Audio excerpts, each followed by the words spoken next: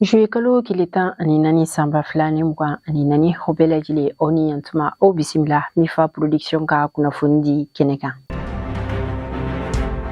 Alamsa temenina mi ayesi mogoye hulu kangare gelengusi ka nyesi Union Africaine commissaire minka cha nyesi nilo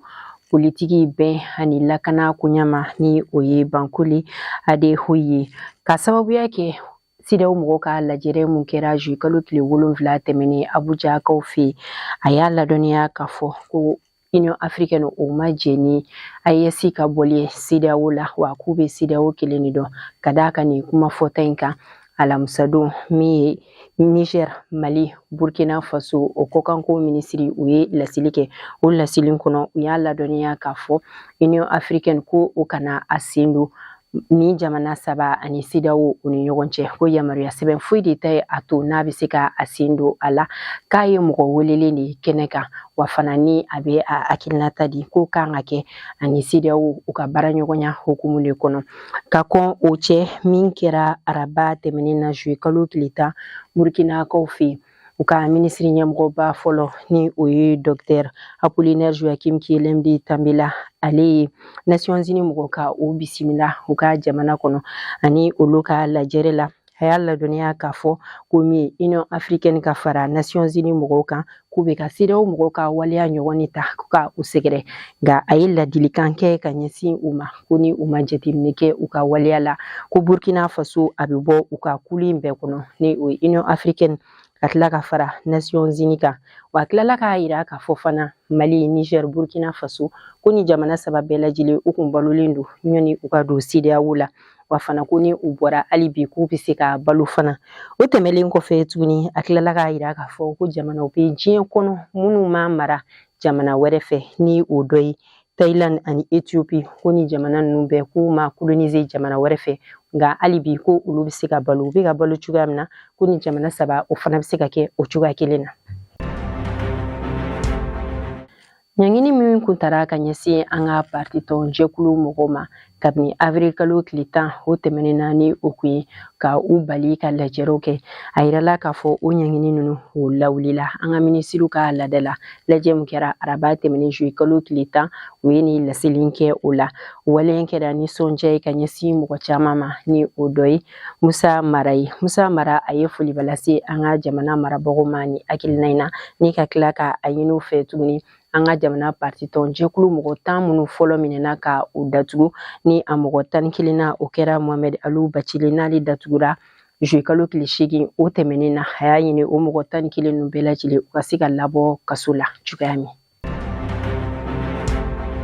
Dollar wari miliyɔn 60 min kun layidu kun tara diɲɛ wari mara yɔrɔ so fɛ ni o ye Banque Mondiale n'o kun tara ko u bɛna u di Mali ma o bɔra a ma ni laseli ninnu kɛra an ka minisiri fɛ min ka ca ɲɛsinnen don sɔrɔ ko ma ni o ye Ali Usenu Sanu ye a y'a ladɔnniya k'a fɔ ko ni layidu a bɔra a ma ka sababuya kɛ waleya dɔ ye ni o dɔ ye ko ka dɔ bɔ an ka jamana gouvernement mɔgɔw ka sara la ani fana ko Mali ale ka taji san ONVS mɔgɔw fɛ ko ni o waleya ninnu kɛra min ye Banque Mondiale k'u bɛna wari di Mali ma nka an ka sɔrɔ minisiri ale y'a yira k'a fɔ ko nin tɛ se ka kɛ sabula Mali k'a ye layidu ta Niger jamana ye a bɛna taji san yɔrɔ la.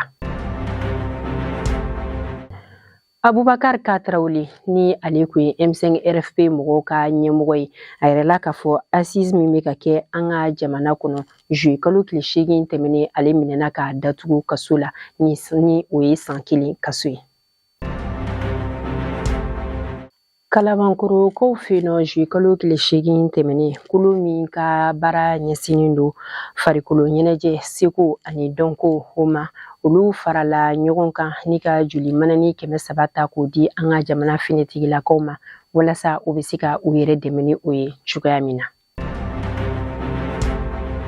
Kunnafonidiko ɲɛmɔgɔ fanga ni o ye Aki olu kun ye tile 2 baara kalan ka o sigi sen kan min kun bɛ ka kɛ ka ɲɛsin an ka jamana kunnafonidilaw ma ni o ye forobata ani kɛnyɛrɛye ta ye a baara kalan in laɲini kun ye ka se ka ɲɛfɔli kɛ kunnafonidilaw ye u ka se ka jateminɛ kɛ u ka kunnafoniw cari cogo la ni kunnafoni ni olu bɛ cari a kana se ka kɛ sababu ka mɔgɔw kun kari ɲɔgɔn na kɛrɛnkɛrɛnnenya la kalafili o wagati kɔnɔ. Donu tala elektroniki olu kun bɛ ka kalan kɛ maa 50 minnu kunna a yirala k'a fɔ olu ye u ka bɔli sɛbɛn u ka kalan bɔli sɛbɛn ka o sɔrɔ juillet kalo tile 9 o tɛmɛnen ni o dira an ka ministre fɛ min ka cɛ ɲɛsinnen don baara ani baarakalan o ma a baarakalan in laɲini kun ye ka se ka u kalan mobili kɔrɔ olu dilanni kɛcogo ɲuman kan ni o ye elektroniki sɛbɛnw dili tɛmɛnen kɔfɛ min ye baarakɛminɛw ye o fana dira u ma walasa u ka baara a bɛ se ka nɔbɔ cogoya min na Mali kɔnɔ mɔgɔ si kana se ka bɔ an ka jamana kɔnɔ k'a bɛ taga fan wɛrɛ fɛ ka taa mobili dilan na wa a maa 50 ninnu cɛla 3 o ye musolakaw ye. Kalanden minnu ka baara ɲɛsinnen don kɛnɛyako ma ni o ye brevet de technicien santé olu ka kimɛli daminɛna juillet kalo tile 8 tɛmɛnen n'o kun bɛnna tɛnɛma ne ka a kuncɛ juma don maa minnu kun bɛ ɲɔgɔndan na o ye ekɔliden mɔgɔ 8,565 ye.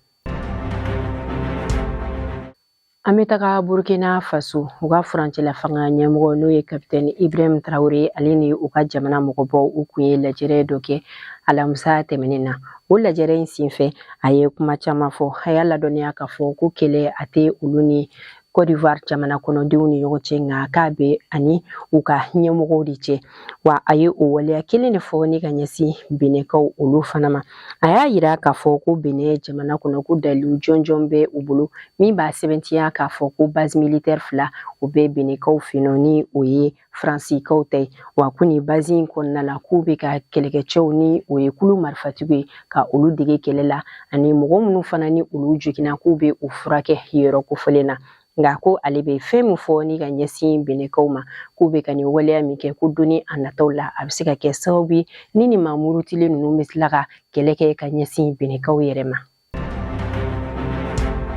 Nigerikaw fɛ yen nɔ alamisa tɛmɛnen n'o kun bɛnna juillet kalo tile 11 ma a yirala k'a fɔ ko kasoladenw caman olu bolila ka bɔ kaso kɔnɔ kutukale fanfɛla la hukumu kɔnɔna na u ye sokɔnɔtoli ka o wajibiya mɔgɔw kan ɲɔni tɛgɛ ka se ka da ni kasoladen ninnu kan.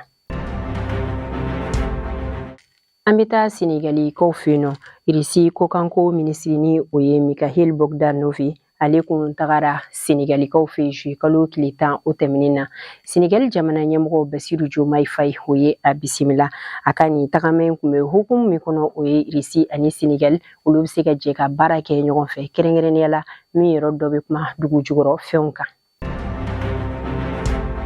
Activiste Kemi Seba ni ale tɔgɔ yɛrɛ ye Stelio Gilles Robert Capo Chichi fayanfanfɛla la a bɛ bɔ Benin jamana kɔnɔ Faransi jamana olu y'a ladɔnniya k'a fɔ juillet kalo tile 9 o tɛmɛnen na ko Faransi sɛbɛn min kun bɛ a bolo n'o ye nationalité française ye ko o minɛna la ka sababuya kɛ k'a bɛ ka dɔgɔyama minnu ta ka ɲɛsin u ka jamana ma ani jamana kɔnɔdenw ma.